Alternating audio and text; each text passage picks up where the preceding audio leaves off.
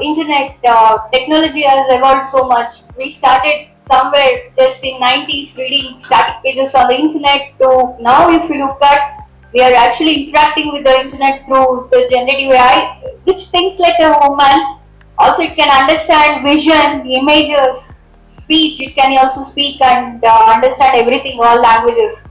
So, but this is going to be in our day-to-day lives as well because obviously we interact with AI through a lot of day-to-day devices. Everywhere you see, it's been emerging.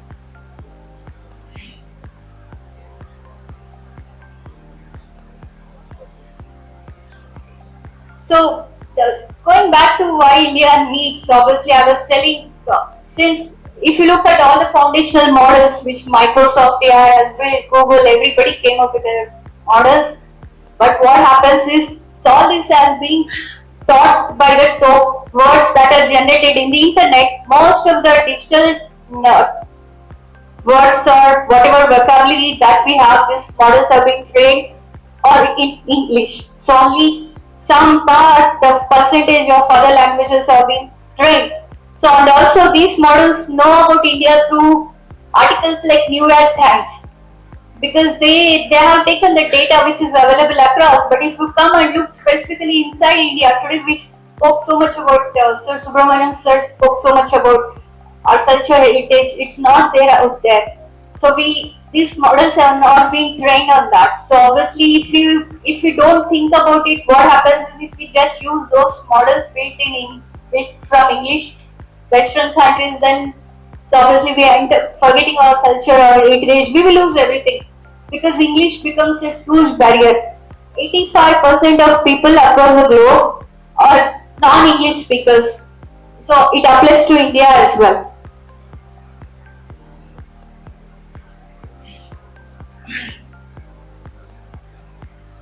This is really creating a low productivity as well. If you look at Boston, they have such a less population, 6 lakhs, but they have 600 billion economy. While I was at MIT, I saw such a rich place they had. So it looked so wealthy. But if you look at Mumbai, 2.1 crore we have population, but we have only 277 billion dollars. Because of English being a barrier, this is creating low productivity for the people who cannot speak English.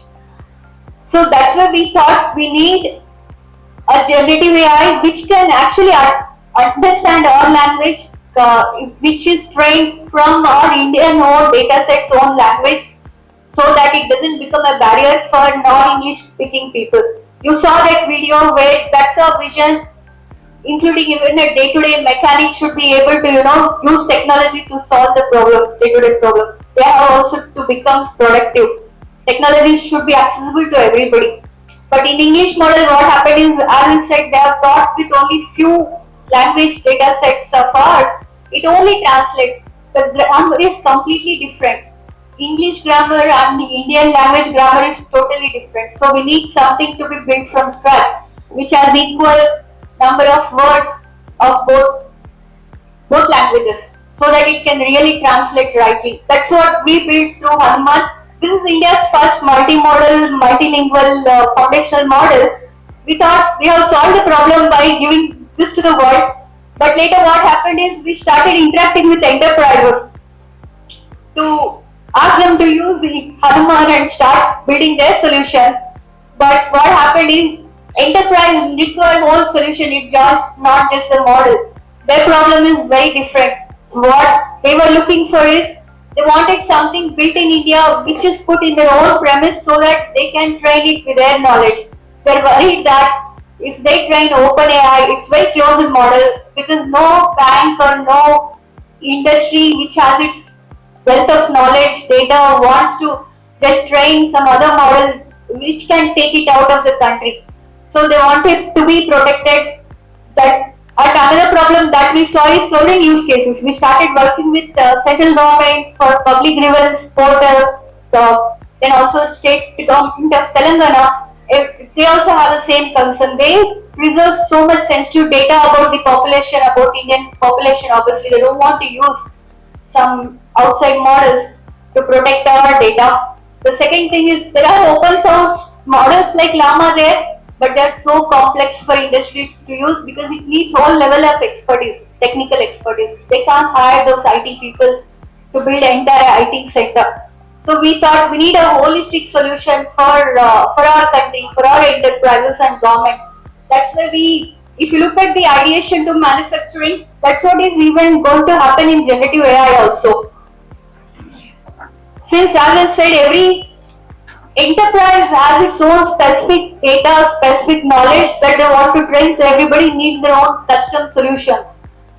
So it needs a factory of models that has to be built. But can we do that? The problem here is if you look at this study, we score on 14% on generative AI today. If you look at US, it scores top, second is China, unfortunately. But if you look at the skill set, we have huge manpower skill set compared to China, but we lack in infrastructure development and commercialization. That's why we fall so low on the curve. As our skill set is 86% above, China's is only like around 30%. So we thought we need to bridge this gap as well.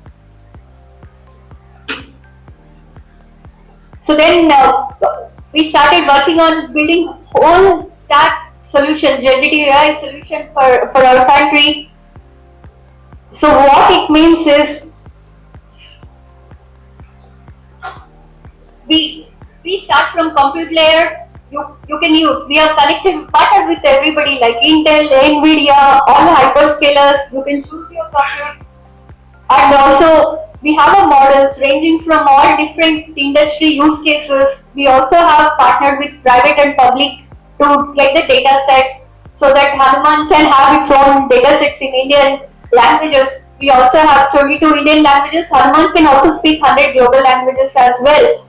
Then on top of it, what we have done is we have also integrated a million workflows where we have brought basically all the features that the Perplexity, Mistral or other foundational models have built. On top of it, we also made it so easy that without any code, enterprises can build their applications, their agents and everything. Whole stack we brought it. That's for enterprises and the industries. Then next we started thinking like we will scale it across. So we started going even outside the country as well because not just in India, other countries also need something for their own country, hyper local. We started working with Sri Lanka government, Middle East countries. We started developing big clientele. And if you look at the generative AI next, it is going to create $1 trillion economy, and it is going to create 2 crore jobs in next 5 to 10 years. So we wanted India to get, at least like 10% of those jobs. So we thought we need to go after education now. So we started talking to universities. The good thing is next month we are launching in Delhi a Generative AI Center of Excellence in Delhi with Vivekananda Institute. So they are going to become a deemed institute. The purpose here is to solve that infrastructure development problem. With Center of Excellence Hubs, what happens is we will give entire infrastructure, and also we have collaborations with other universities in US because of that healthcare initiative that we built. We want to bring that knowledge here as well. Have Indian students collaborate with them, be part of publishing papers, develop our research, plus have that infrastructure in line so that students can use this to build their own products. And also we need to close the skill gap. The main concern that industries have is, as ma'am was saying, the subjects in the colleges is like very backward. The industry is going so fast. So there is a huge gap. That's why we wanted to fill this gap. So we are giving this entire LMS management system with Fullstack AI Studio. That LMS is we have partnered with Intel and also with MIT licensed generative AI courses where all the engineering students will get trained on generative AI. We are also giving our industry project to our clients and partners so that the skill gap is closed. We will create generic jobs through this. That's the first hub we are doing in Delhi, and similarly we are planning to create 5, 6 hubs across the country so that those universities will take to the other colleges across the country.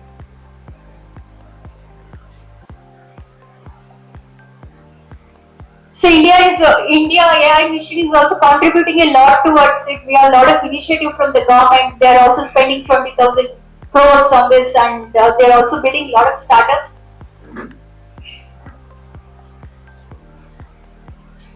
So next, I want to talk personally about like where do Hanuman wants to go. This is something first time I'm sharing in the public why we are so passionate about Hanuman. So when we were launching on Akshay Titiya, so Hanuman is something my brother's own personal mission for India, but I didn't had any attachment for him. Just to support him, I got into this honestly. But that day when we were launching Hanuman, I had a like I do meditation. So I was meditating and asking Hanuman about the purpose. What is the purpose of this?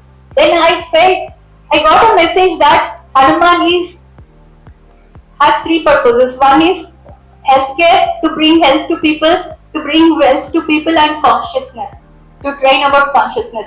I could connect the dots. Healthcare we are bringing, I said we are bringing holistic traditional medicine back to the healthcare system. And then the second thing is education. Now we got into it without knowing it. He pulled us into the whole education system. Next, we are also going to primary schools and high schools also to try to actually give kids the entire generative AI. Through that, they can even study in their own language. English shouldn't become a barrier. We want to make it for 99 rupees affordable. That's our mission. We are working towards it. And the third, consciousness. I didn't have an answer like how do we achieve this, what do we do? But after coming today, I felt maybe my path is to connect to group like you all to train Hanuman so that because next what happens, everybody, every youth kid will interact with Hanuman, will interact with generative AI. So if generative AI knows this knowledge, it can teach them, it can give them suggestions based on that. Since we are getting into education, we are completely going to all the students from primary scale to the youth. I thought if we can train all this to Hanuman, Hanuman can in turn teach, we can enforce those values. Why I feel so connected with this is my own personal story. I'll tell you. In So we grew up from very spiritual family. My parents are from very spiritual background. During my engineering college itself, I used to read Bhagavad Gita every day, do meditation. I was so deep into that. I was an astrologer as well.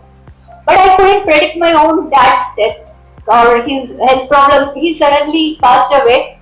After that, I was so connected with God. I felt so upset with that. I became an atheist. I moved to US and I was more like an atheist person.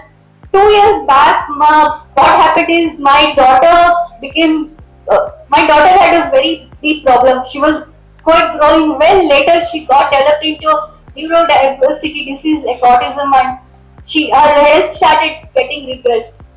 During that time, my health started suffering because I went into such a panic mode that every day without sleep, she was growing so well, and suddenly at 2 years of her age, her health is going reverse.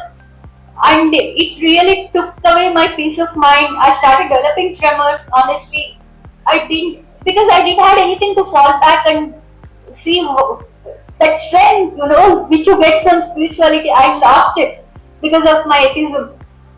Later, what happened? I went completely into neuroscience. It took me into neuroscience. From neuroscience, I connected with a neuroscientist from Harvard who had a stroke, and her name is Joy Butler. You have to listen to her TED talk.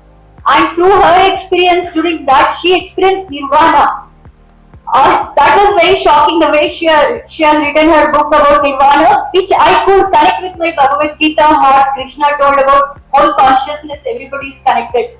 Then I went quite deep into that consciousness understanding. If you look at Western neuroscience now, it's actually talking about consciousness, which was for thousands of years back in our Vedas and Bhagavad Gita. Then I felt like if you look at Ayurveda, the same thing. Western culture is also saying now food is a medicine, you have to look at holistic way. If you look at neuroscience, that is also now talking about consciousness, but they're still like in the beginning. Meditation, mindfulness, everything is from India. It took me back to my spirituality. After that, I lost all my health. I got so much hope, so much strength. Now I'm not fearing about anything. If you look at my daughter, I brought her to India. last year because the healthcare system, the way they were handling her, it was totally absurd. After I came to India, got her treated here holistically. Fast forward, she came out of all those mental health issues. Now she is recovering phase. Only speech is delayed for her now.